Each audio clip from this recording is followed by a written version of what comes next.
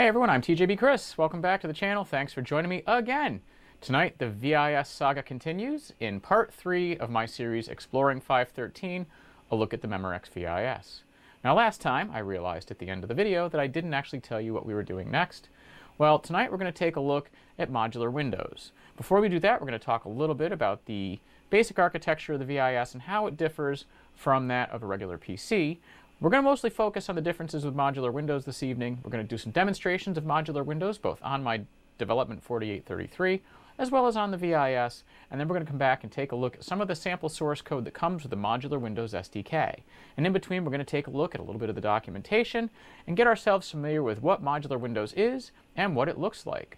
And one of the biggest misconceptions with Modular Windows that I seem to keep finding online is that there was a separate installation disk for this, that you could just go get a retail copy or an OEM copy of Modular Windows and install it on your PC as though it were Windows 95. That's not really the case. Modular Windows, as it existed on a PC, was always installed via a combination of the SDK and an existing set of Windows 3.1 installation disks, which we'll walk through this evening. The way that you got Modular Windows in your device, it came from the OEM and it was installed on the firmware of your device. So for example, for the VIS here, it's on the VIS's ROM.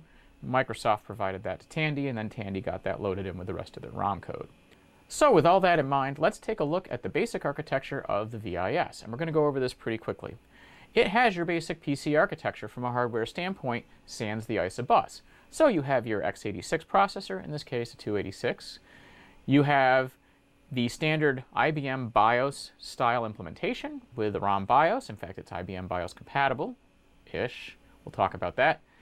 And it has your DOS-like operating system calling upon that BIOS layer and calling upon that lower hardware layer to give you the IBM BIOS DOS architecture. And of course, on top of that, if you choose, runs Modular Windows, just like a standard Windows 3.1 system running in standard mode. Now, the differences here are in the details, and this is where I know there's a tendency to over-trivialize it and oversimplify it and to say, well, it's just a PC. If you do that, you're going to go in with a lot of assumptions, and things aren't going to work the way you expect. This is true both within Windows, and as we'll see in a future episode, as it relates to other applications that don't run in Windows. So to start, let's take a look at Tandy's documentation, and we'll see exactly how the BIOS is different. And as you can see, we've got the Tandy's VIS BIOS doc up here to my left, and we've already turned it to the first page where we start talking about how the AT BIOS is different. Now, of course, this is a IBM BIOS compatible BIOS, and like everything else Tandy designed and manufactured that I can think of, it used a Phoenix BIOS. The Tandy 1200 wasn't manufactured by Tandy, it was made by Tandon. The Tandy 2000 wasn't an MS-DOS IBM PC compatible machine with a standard BIOS in it. And some of the late machines that kind of came out after Tandy left the biz, like the 2100, were made by whomever and just slapped together in a former Tandy factory half the time. So they weren't Tandy designed. If Tandy designed it, as far as I know, it had a Phoenix BIOS. You know, 1000, 3000, 4000 systems, 5000 MC, all had a Phoenix BIOS in them. And the VIS is no different. And looking here at some of the disk services, you can see that almost all of them go unimplemented. And even the 3 that are there are limited. So for example, you can ask it what kind of drives are in it, you can tell it to reset the disk system, and you can query the DASD type. And all of those return specific things. If you ask it how many drives there are none. So from a storage standpoint, because there's no traditional standard storage, the BIOS will act as such. Now, this means that you may want to make the assumption that MS-DOS is booting from a virtual floppy drive in ROM or some other thing like that. It's not the case. There are no drives from a bootstrap sense on this thing. In fact, other than redirected drives that you'll see later, from a BIOS perspective, there are no drives. There are only a couple of drives at the DOS sense, and that's your CD-ROM drive A and your save it card executable B:*card.exe that we talked about last time a little bit. But when you look at the overall BIOS calls, the disk calls aren't there. All of your int13 calls for the disks are either gone, or the 3 that exist do different things. Serial services are a little different. While the VIS did not have a serial card, or a serial port, I should say, come as part of the VIS, there was in fact a modem available, and for VIS systems that were used in development, as we talked about last time, there was in fact a debug and serial loader card that could be installed within the VIS. So, some of the corresponding serial services are there. However, again, subset. But it will, now if there's no serial ports in there, it just kind of goes off into the ether, but those services are in fact there. There's no parallel port within this system, of course, no printer port, so you're going to get back that there are no printer ports if you happen to check that, so any other related services will, of course, be unavailable. Now, some of the other BIOS system services, as you see, are here. The first paragraph even talks about how many of the BIOS system services you expect will be there in at least some form, and this page goes on to list a number of them. I'm not going to walk through each of the individual ones, but here you can expect most of your basic BIOS services to exist. However, moving on to the next page, things get a little more interesting. Looking at the keyboard services, things get a little more complicated. You can see a lot of the familiar services you might be used to there. You might think to yourself, well, that'll make it easy. If I just want to plug a keyboard into the thing, I can port whatever programs I want over and it'll just work. Well, not quite. So one of the most important things, most of these services are implemented, but one of the most important things is this paragraph just above midway down the page. I'm taking a guess. There, maybe? The keyboard interface is not 100% compatible, and it's incompatible in a small sounding but very important way, and that's that you can't hook IT9H for the keyboard to grab scan codes. Lots of games and applications do this from the late 80s and early 1990s for a multitude of reasons, to get the individual key scan codes, for performance, whatever reason there may be, but that will not work on the VIS. And I've run a number of titles on this and just trying to get them to work, see what they would do, where the thing that was stopping you from interacting with the software was the fact that it hooked int9, so the keyboard would go all wonky and you'd have to reboot the thing. Of course, it still wouldn't work if you booted the same game. But that one is a bigger trip up than it may seem. So now, if you're going to port something over to the VIS, you really should consider using the hand control in the first place. I'll do that so you don't have my hand in front of it. But it will trip you up if you're going to go that route. VIS does provide some equivalent services. We'll see that in a future video. But, of course, that requires you to change the code. So the why can't you just run it is hampered by this a little bit. Now, taking a look further down the page, as I mentioned before, parallel port services, well, there is no parallel port, so you're just going to get told there isn't one, and not much is going to happen. Now, the system does have your standard Intel 8254 style timer, and the interrupt does exist. So some of those services are where you would expect. Looking at the next page, int18 and int19H, from a BIOS perspective, are unimplemented and will just return. And that's because, as they clearly explain right about here, maybe, I'm just guessing, the option ROM sequence should cause the operating system's boot ROM to hook int19, and that should take over the boot process. If for some reason it didn't, the system simply wouldn't boot.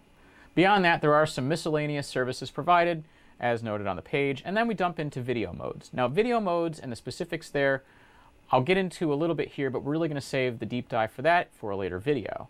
And it really comes down to, while this does have the same RAM DAC that is in the Tandy Sensation, it doesn't support all the modes. There's no CGA, there's very limited EGA, the two modes it supports are on the page here, and even VGA mode support is a little light. So no text mode, no character mode, there's no character ROM or anything like that. So the video subsystem is its own thing, and of course there are a lot of custom OEM modes in the Hex 50 and Hex 60 OEM range, and there is VIS support though, if you want to use that. So I'm not going to get too much into the video modes, but you can see there's a couple of EGA modes, 0D and 0E, and there's a couple of VGA modes, 12 and 13.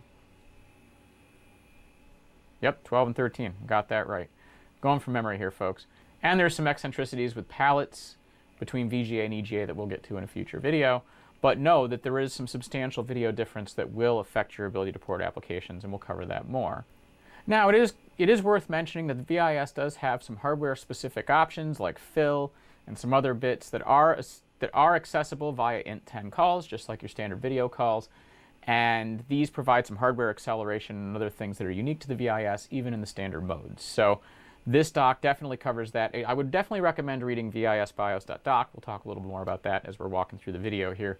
But if you take a look at this, that's some difference from a standard PC. You might get some more hardware assistive help in terms of BIOS calls that you might not necessarily get on a PC. So that's a bit of an upgrade.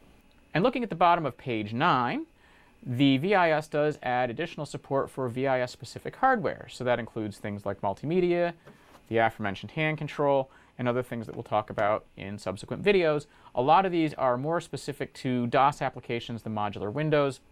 Like a lot of what I'm talking about, if you develop applications for modular Windows, most of this is abstracted from you because you're going through the Windows APIs.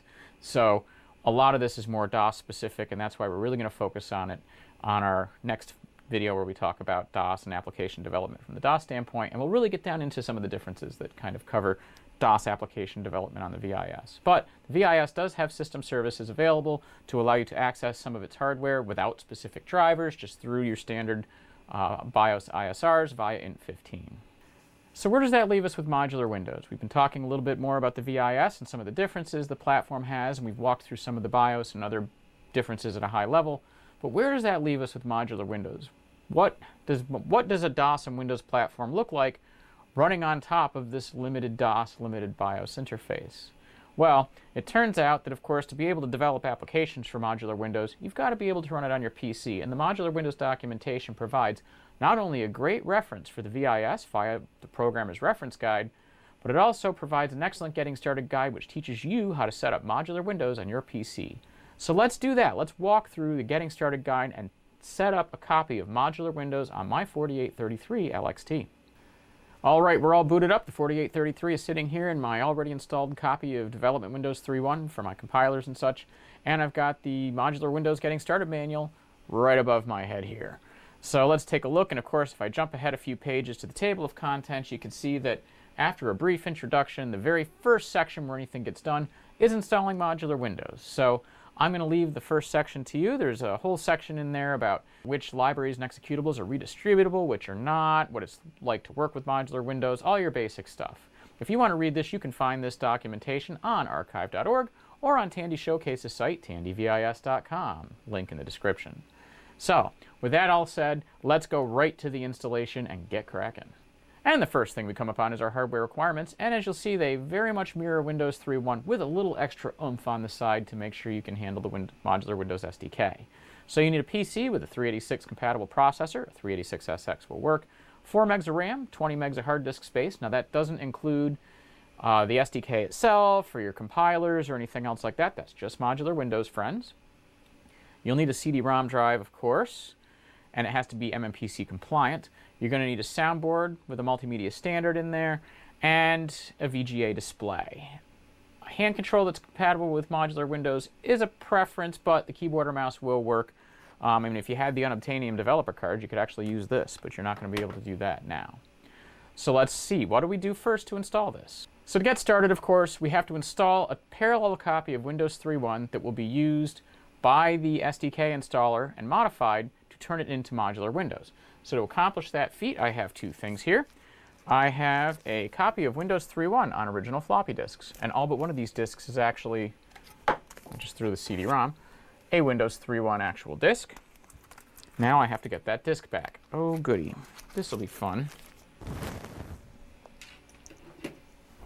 We're back, and we have the CD-ROM I threw. This is my very definitely official copy of the Modular Windows SDK from October 1992. This disk, I hope you could read that with the lights, is available on archive.org, so you can check it out there.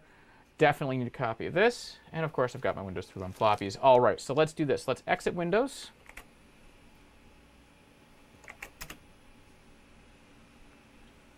All right, here at the DOS prompt, I'm going to open up the little door here. I'm going to insert, I should say, Windows Setup Disk 1 in the drive here. Now, I know that there's a little bit of overscan on here, sorry, capture device, but we're going to run a:/setup.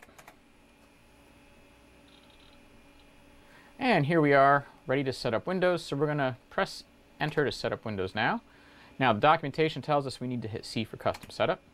Now, this is important. We're not going to install in the C Windows directory. We're going to install into C modwin. And we can take the installed hardware as it is. This is an MS-DOS system. We've got a PS2 mouse, VGA, no network to install, so that's fine. And now Windows is going to copy the minimal Windows 3.1 installation as it usually does. So I'll see you when that's done.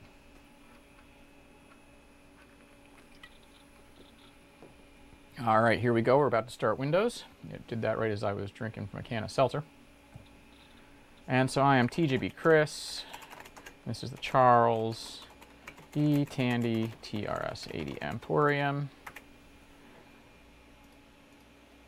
That's correct. Okay, so I definitely want to keep setup only Windows components you select checked. Uncheck setup printers, uncheck setup other applications. Continue. Okay. Now, we get the components. We want to clear them all. Continue.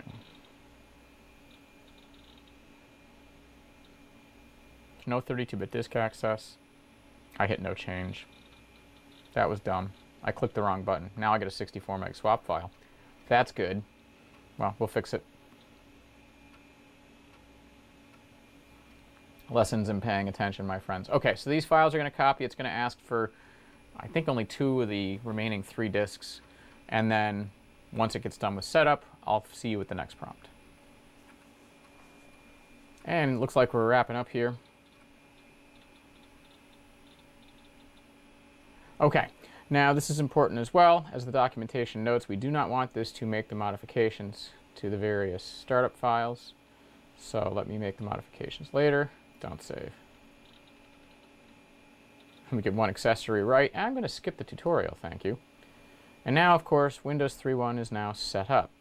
So now that we have our additional copy on there for modular Windows, let's return to MS-DOS.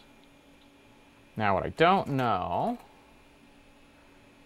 is if it undid my path. It did not undo my path. Okay, so I don't have to reboot the machine. We can go right back into my regular Windows installation, which is in C Windows, and we can install the Modular Windows SDK, which is actually what we're going to do next.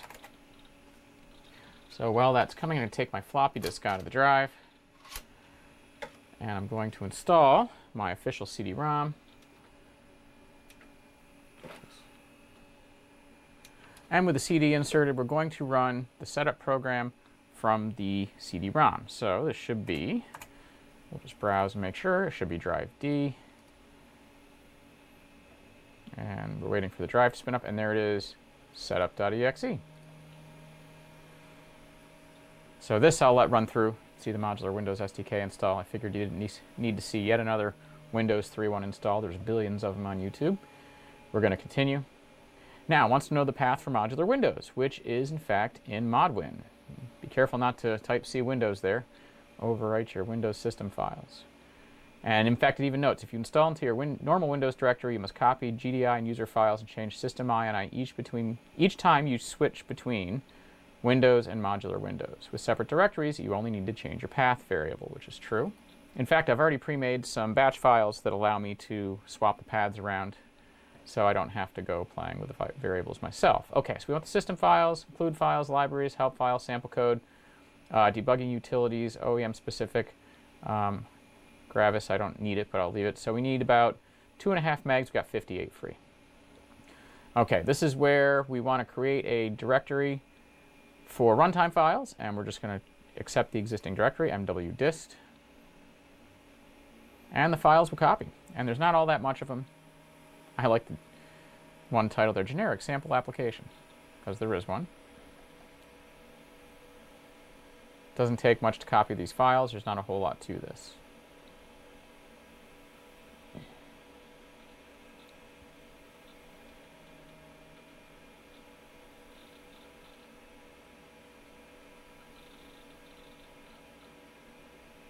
And it added some new commands, and it added a new VARS bat to set up your environment while developing modular Windows applications. Now again, this doesn't include any compilers or anything, so if you're going to use this SDK and really develop applications, you're going to need a Microsoft development environment to do that with. And fortunately for us, I have C++, Visual C++ 1.52 on here. So let's do this. Let's just get this back the way I like it. I held Shift while clicking Exit Windows to save the settings. Save settings is not on by default. This way I can have the window looking just the way I like, because I'm particular like that. And there's a couple of utilities on here that'll be useful other times. There's a memory card utility for the Save It card, and there's an image conversion utility that's good for trying to get utilities to run correctly. To get images to look correct on the VIS. And there's Visual Basic extensions we can set up as well. We're not going to do that just yet. Ah, you little. There we go. Now will you go back to where I want you? I'm very picky. There we go. All right. Windows 3.1, friends. Okay. Let's exit this. And now I mentioned here that I have some batch files that will let me choose Windows, Modular Windows, or regular Windows. And if I look at my menu here, I have on the bottom of my menu 2 different environments available. The first one is Win3.1 for development. That's the default when you reboot the system. The second one is Modular Windows. Now, I'm not going to go into detail about how this menu system works. I created it. I like these kinds of things. It allows me to swap environments and library and include directories and all this other stuff for all the compilers you see on screen here and the assemblers and things without having to reboot the machine or manually go dorking around with paths and setting and unsetting things. So let's take a look at just the Windows elements of this menu system so you can get an idea of what I've done. Now, I realized as I was doing this that I forgot to flip the page for you so you could see the last bit of the setup instructions for Modular Windows in the SDK. While I was going through it, I just kind of clicked through the dialogues. But there's really not much in terms of clicking in the setup program. You pretty much saw it. But what is important on that page is that it talks about new underscore vars.bat, which lives in the modwin directory that we just created. So we have to keep those settings in account when we go for our Modular Windows setup. So what I have here are, in addition to the batch files that set up the include paths, the library paths, etc., for my various compilers and assemblers, I have batch files that set up the Windows environment. So if I look here at Windows 3.1, I simply have my standard path, C Windows, C DOS. And I have a environment variable that just tells the menu which environment you're in. So if I type menu here, it says Win3.1. If I type modwin.bat, you see there's a little more to it. I have an include path and a library path, and these are required for Modular Windows to run, so make sure they're defined. And then I have the additional path for Modular Windows. You can see Windows has been replaced with modwin, and the MWDist, the distribution files directory, has also been added to the path. And this comes directly from the new underscore vars. I don't know why I can't get those syllables out right. So there's our new vars file, and yeah, there's not really much there. So okay, let's do this. So right now, as we are set, we should be Windows 3.1. So if I run Windows now, I should just get my standard Windows 3.1 installation. Should start right up. Nothing strange should happen. Don't make a liar out of me. Do this live on camera. Yeah, there we are. Program Manager. There's my C++ stuff. Modular Windows SDK, blah, blah, blah. Okay. Well, now let's say I've written some really awesome Modular Windows application, and I want to try that out. So there, now we're set to modwin. So if I set, I can see now we're all set up for Modular Windows. Let's start Windows now.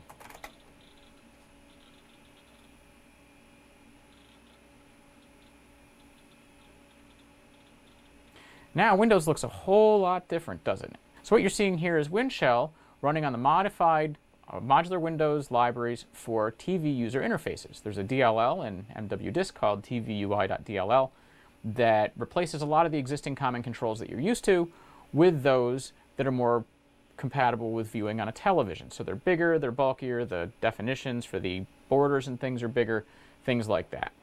Now this does allow you to use the keyboard or mouse to move around. I can use the arrows to go between things here, and I can go down, down, down, down, down.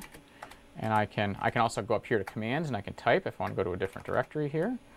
Go to modwin, and go down here and see what I want, or I can click if I want to run something. I can click the little icon here in the middle if I get to something that's executable. Now, a lot of things, for example, I just see Program Manager here. If I try to run that,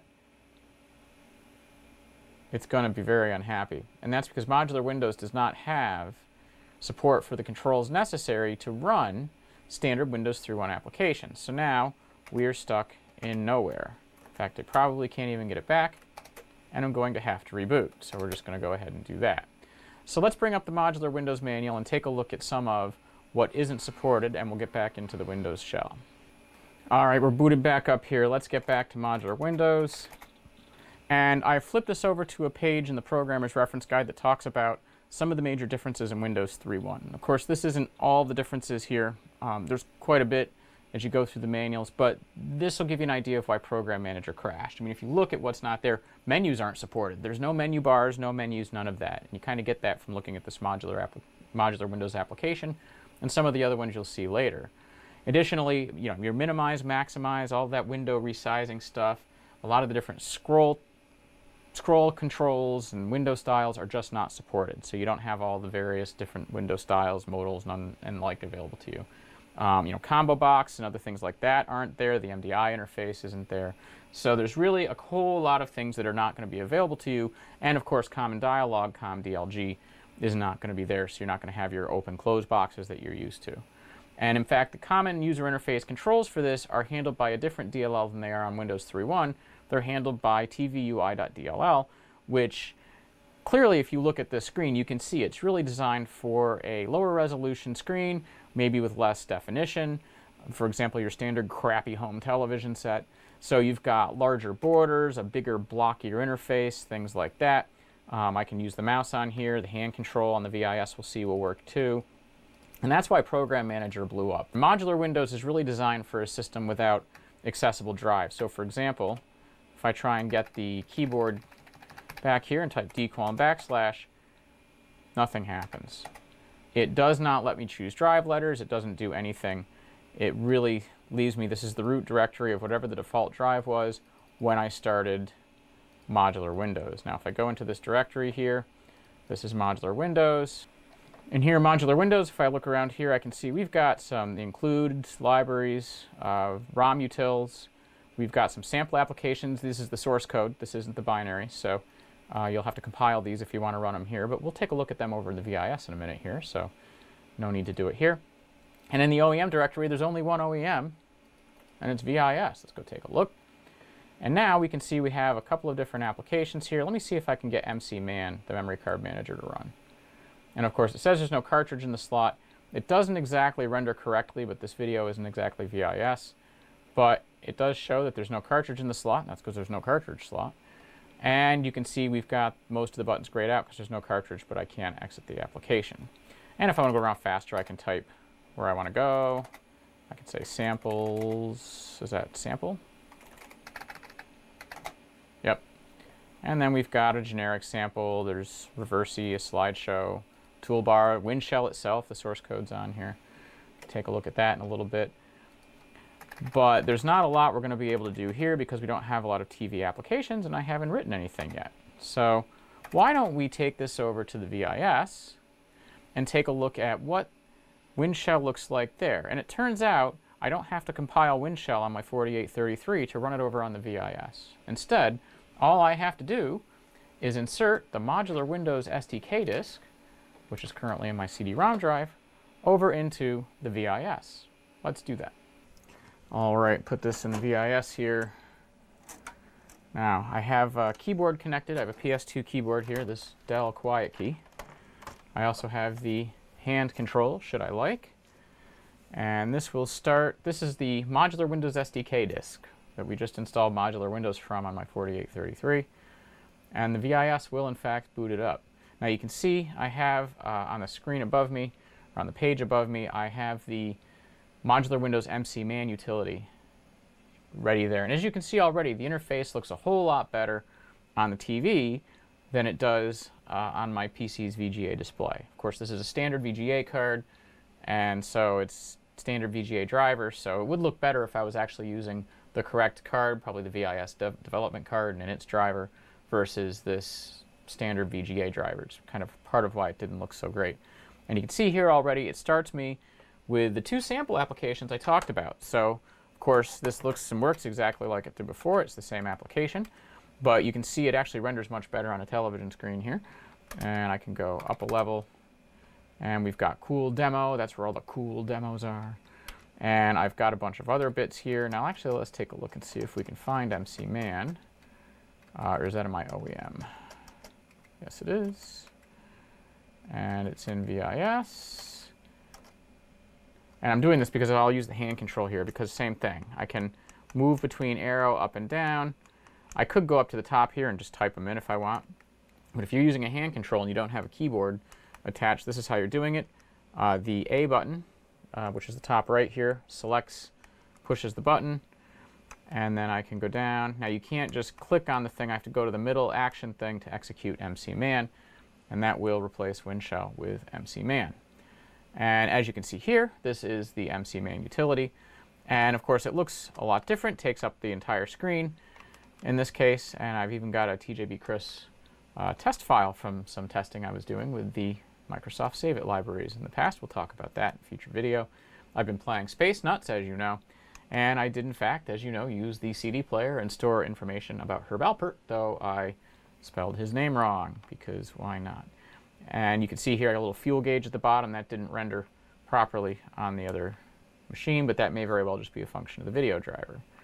And if we take a look here, actually go up here so I can, let's do this so I can type it. DEMO. The commands, by the way, are just the names of folders or executables. So here, let's look at Slideshow. And Slideshow shows off the capabilities of, well, Modular Windows and of the VIS by showing you the different picture formats and how the pictures will look to you. Now, I'm not sure how the capture device is going to make this look, so I just hit the 3 button there to bring up the options. Because here I can choose from a number of different resolutions. I can choose from 200 or 400 lines, and I can choose automatic. So for example, I'll go through a few of these with div 8. I'll just do them manually. If I hit the A button, it advances to the next. Take a look and see what my capture device looks like. Okay, it doesn't look great, so that's good. We've got your early 90s woman on phone, more flowers, some penguins, a PCB, cityscape, dude with an, what is that, an orange? Some sort of flower, some sort of mechanical thing. Looks like a bear. Some money from all over the place. Space shuttle taking off. Planets.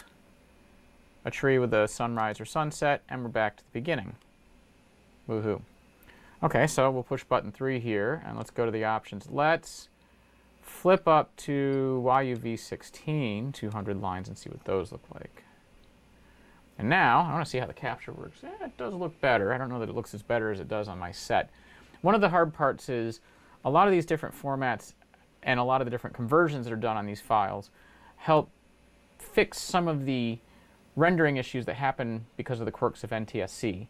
Or if you run a PAL set, you get some of the same quirks. But a lot of things like jitter and flicker and things like that, colors alternating or not showing up right, a lot of the different NTSC artifacts and weirdness you can trim out with things like that Convert24 utility we saw when we installed the Modular Windows SDK, and by using different file formats and numbers of lines. In fact, one of the things that Tandy tells you in some of their documentation is don't use the 400 line mode, and if you're thinking about it, think really hard, and still don't do it. And part of the reason is stuff like that. Now this woman is here again. I think she does look better there. I'm looking to see how the capture device goes. We've got our cityscape. Oh, our dude with the orange looks quite a bit better. Does he really look quite a bit better? Oh, yes, he actually does. Okay, so that video mode really does a nice job of showing us how. There's our bear again, our rocket, our planets. So if I go back out, let's try another one here. Go to options. Let's do RGB 565, and then we'll do a 400 line mode. We'll do this one. Okay, so here we go. Picked up where we left off. There's our flowers again. Looks pretty good. You know? Can I go back? No? Okay.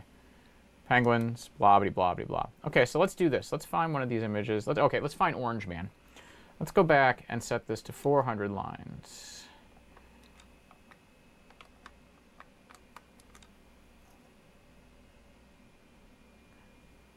He doesn't look much different.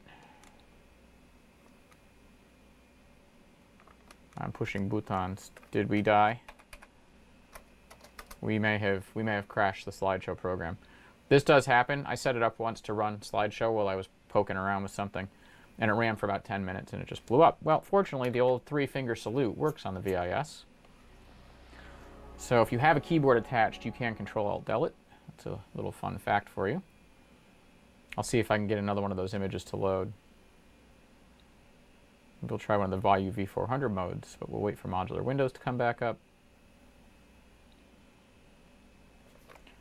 All right, we should already be in Cool Demo, so I should be able. Takes it a bit.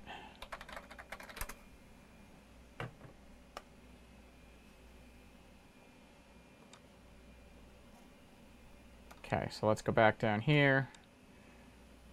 Let's do the best YUV mode, and we'll do 400 lines, and we'll do OK. There we go.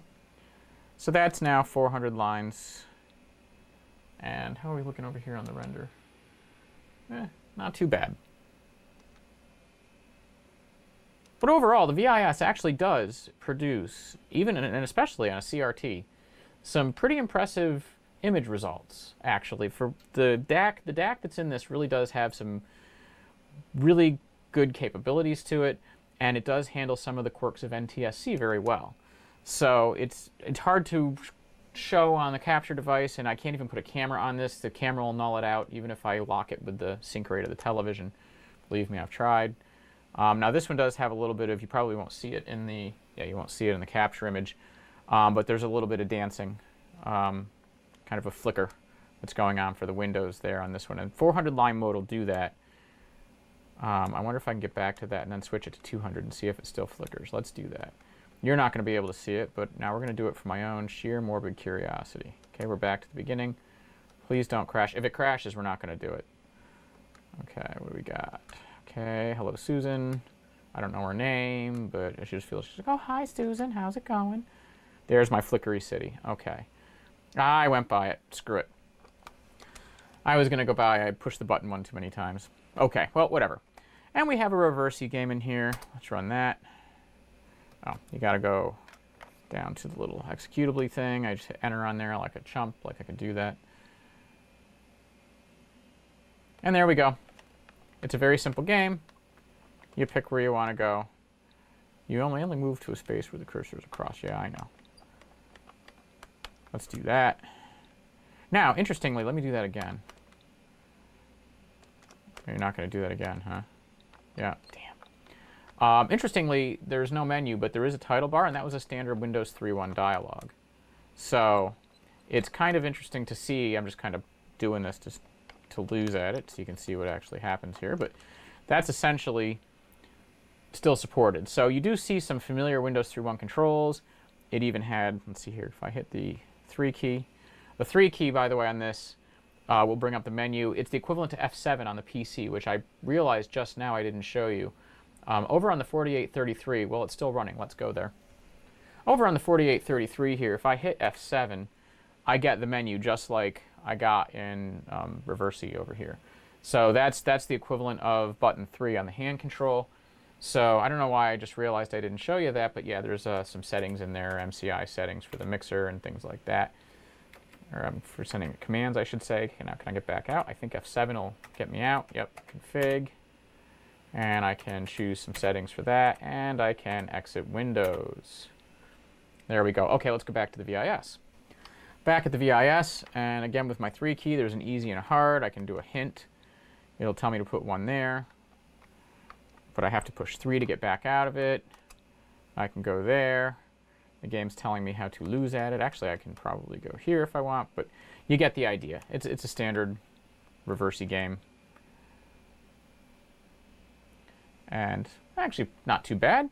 Source code's available for this, but it's a nice sample application to kind of give you an idea of how to interact with the hand control, how the UI works. And here, let's do this. Let's quit, and I'll see if I can get that dialog back up just so you can see what it looks like. All right, let's run that again. And I'll just do an invalid move. Apparently, it only yells at you once. Okay, there we go. There we go. So this dialog here looks just like your standard Windows 3.1 dialog. You'll see there's no control menu in the top left of the dialog box. You have a title bar. Those are supported-ish, not in the main Windows, but in, pop-up dialogs. But of course, there's no menu bars or anything like that, hence the 3 key or F7 button over on the 4833. And of course, the action button A simply pushes the OK button for me. And of course, I can pass my turns, should I choose to do so. And we already saw MCMAN, so that's really what WinShell looks like over here. It looks much better. I think seeing the applications on it give you a good example of how it's interacted with the hand control, with a keyboard. If you do have a mouse, that will work in place of the keyboard on the VIS. So if you have a VIS, you should definitely go and get the Modular Windows SDK disk, burn it to a physical disk, and plop it into your VIS and try it out. You can play with Modular Windows. Of course, if you want to do it the hard way and play with it in a more development-like environment, you can get a copy of Windows 3.1, install it on your machine, and then install the Modular Windows SDK over it. Now again, for the PC, you need 2 Windows installations to be able to run it. You need your primary development Windows installation that we just looked at, for that's Windows 3.1, and you need Modular Windows itself, which is installed into a secondary directory. And that's pretty much how you go about getting Modular Windows.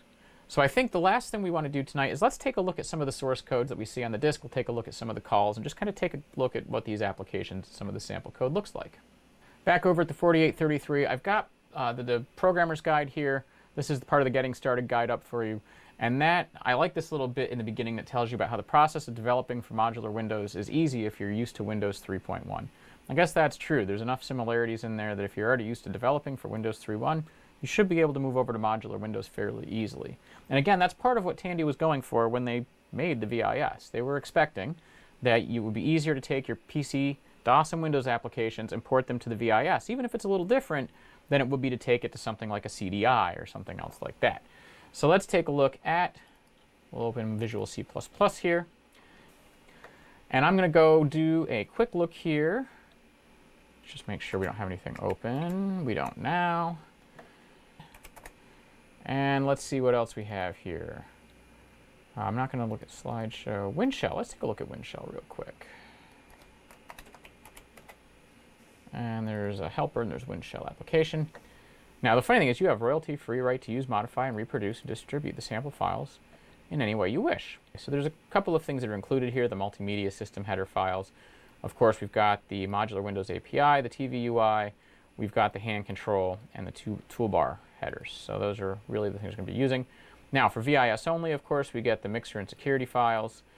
The mixer here has to be reconfigured because the mixer can be a little funny. And of course, the rest of it does look a lot like a Windows application. Now, the funny thing is, Microsoft Windows applications use Windows types. Microsoft compilers like these things like LPstir and H-instance, things like that. So there's a lot of things here, words and D-words. You see these in the registry, and if you're looking around Windows 95, for example. So let's see, make the Tandy 2F call so the system doesn't reset when the user presses the eject button on the disk. This is an interesting one, this right here.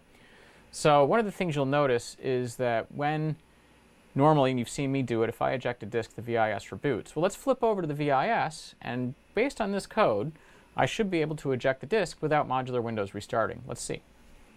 Okay, so I'm going to push the button here. Hey, look, I've got my disk, and Modular Windows is still running. This is a neat little piece of code, and this is actually something, you'll see it's a little bit of inline assembler there, that you can do if you want to be able to change disks out without rebooting. So one of the things that this would actually be useful for if you're developing applications for the VIS is write yourself a little COM file in MS-DOS that just calls this piece of code. And then when it does, after you boot up your VIS with whatever application you're running, if you want to, maybe you've written something to run something else, you can take the disk out, put it in the do disk, and you can use whatever interface you've written to go run something else. Now this works in Modular Windows. If I put a new disk in there, I can then browse around the shell and find the executables I want.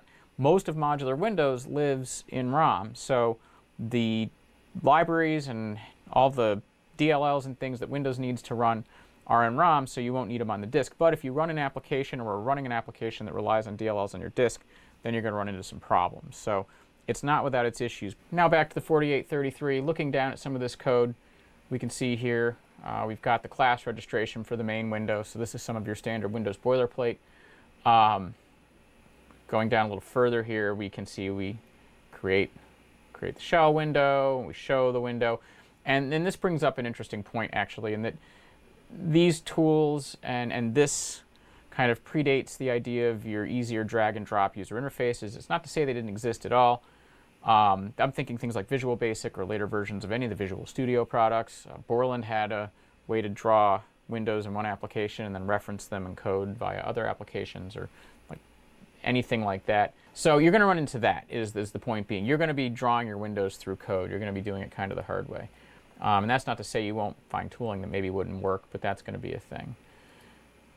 Looking down here, we've got various bitmaps, load our toolbar bitmaps, load our action bitmaps, and that's, as we were seeing before, the X to back up, or the little block with the arrow in it to run an application, things like that. One other interesting thing here, we have a GB on VIS, detect VIS. And actually, if I go over here and switch you to the other documentation, you can detect if you're running on a VIS player. Again, there's some assembler that can be called inline, and I'm betting that's what they're doing here. Maybe we'll see if we can go find it. That will allow it to detect whether it's running on a VIS, because there are things you're going to have to do if you're on a VIS.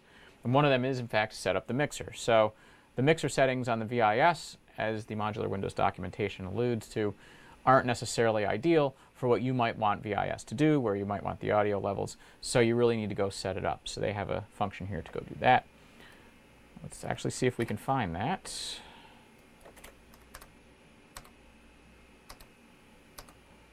Nope. So they have it somewhere else. Oh, it's not in this file. I don't know. There's a helper C. Let's just see if it's in there. Oh, there it is. And I'll bet you detect VIS is going to be the exact same code as we see here on page, what is that, B2? Yeah, B2. I've got the PDF up on my laptop here. Yep, here we go. It's just a little inline assembler. We return false unless we move the Tandy 2F hook into AH, OEM presence into AL, and then we call 2FH again, and then we compare it with this specific value. If it's not, we're not a VIS. Otherwise, we're a VIS. So that's the exact same code. In fact, I think they tell you, let's see, that many of the samples here are taken from, they don't say it here, but much of the sample code, here we go from this page, much of the sample code for this application is taken from the WinShell application. So honestly, WinShell is really the place to go if you want to figure out how to detect a VIS player, not that there's any others, or do something specific that the VIS needs to do, like set up the mixer or anything like that. Now, interestingly enough, if I go back to my other bit here, I've got do VIS mixer. Let's go see if we can find that. Pasta. Ah, there we are, do VIS mixer. So let's see what we're doing here. Lower all the volumes. Then we mute the CD, mute the wave, mute the synth. Then we raise, interesting, so we start from 0, and then we raise them. Raise the CD, raise the wave, raise the synth. Set the globals to affect the volume change. That's interesting. I wonder what this does. Set up, oh, they go into general MIDI mode. And that's it. And then there's a clean VIS exit. Sends an OEM door action to the Tandy security module. Makes an int19 call. Yep, there it is. Interestingly, for a lot of this stuff, because they're calling underlying hooks in the BIOS, you're going to have to, you might be finding yourself doing some inline assembler. My viewpoint is the OEMs did it, so, it's kind of par for the course when you're working in C. And it's a great way to land yourself in some funky, hairy areas. Ask me how I know.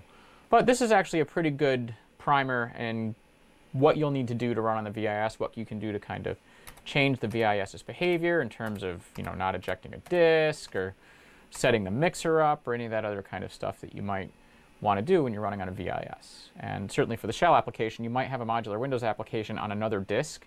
Rather than author a VIS disk for it, hint, hint, if it's something that will run generically without too much modification of control.tat and the licensing in the environment, your own system.ini, basic multimedia applications and the like, or even AVI files you want to see if it'll play. You should be able to do that without having to write your own application disk. Simply boot the WinShell application, then go over and swap the disk and put yours in, navigate around. You should be able to get where you want to go. But I think that's a pretty good look at some of the source code. We aren't going to go through all the examples here. There's a lot more. I know Reversi was a lot less fun, but this one really had some fun little nuggets in there that make it a little bit more fun to kind of walk through. So definitely food for thought. Even if you're working with Modular Windows applications, expect some inline C, friends. And also read through the comments and really take to heart what they have to say. Reversi covers a lot of this as to what it means to work on a television user interface. Something that looks right as you see on my capture device or on your PC, even if you're developing on a Tandy development system with Tandy development boards, may not look the way you think if you run them on a television. And honestly, as Tandy suggests in their OEM documentation, use a lower quality set, like I'm using this cheapo Best Buy Insignia set, because sometimes higher quality sets and higher quality video connections will mask some of the NTSC artifacts that you tend to see on lower quality sets, the flicker, blur, and things like that that you might not otherwise see on a higher quality set. Use the lower quality connections too. You know, go for RF or go for composite, something like that. I guess in order from lowest to highest, RF, composite, S-video, right? But the higher up you go, the less likely are you to get a good picture of what your application would look like on somebody else's crappy TV. So, and I know what you're saying, well, TJB Chris, I'm going to be doing this running on an LCD set. What do I care? Well, in that case, you probably don't care. But for purists like me who are going to be running on a television, you probably do. So I don't know about you folks, but I think that's a pretty good overview of modular Windows. Of course, this was not comprehensive. It wasn't really meant to be. I don't know, my watch time, certainly most of you aren't watching the whole however long this is, or the hour or so that each of the last two videos were kind of jumping around. So, you know, the documentation's out there. If you're really interested in this, you really want to play with it, it's out there. And by the way, while we're talking about things that are out there, an announcement for those of you that want to play with writing applications for the VIS, the MakeTat utility is now available on my GitHub. So check out the link in the video description and look for the Memorex_VIS project. And over time, I'll be putting more of my own documentation, probably some sample code and stuff that I've worked on and that we cover in downstream videos, will land there. But right now, you'll find the MakeTat utility. You'll also find the Tandy registration utility and a sample register.dat that is shortened down just to give you some examples to work off of.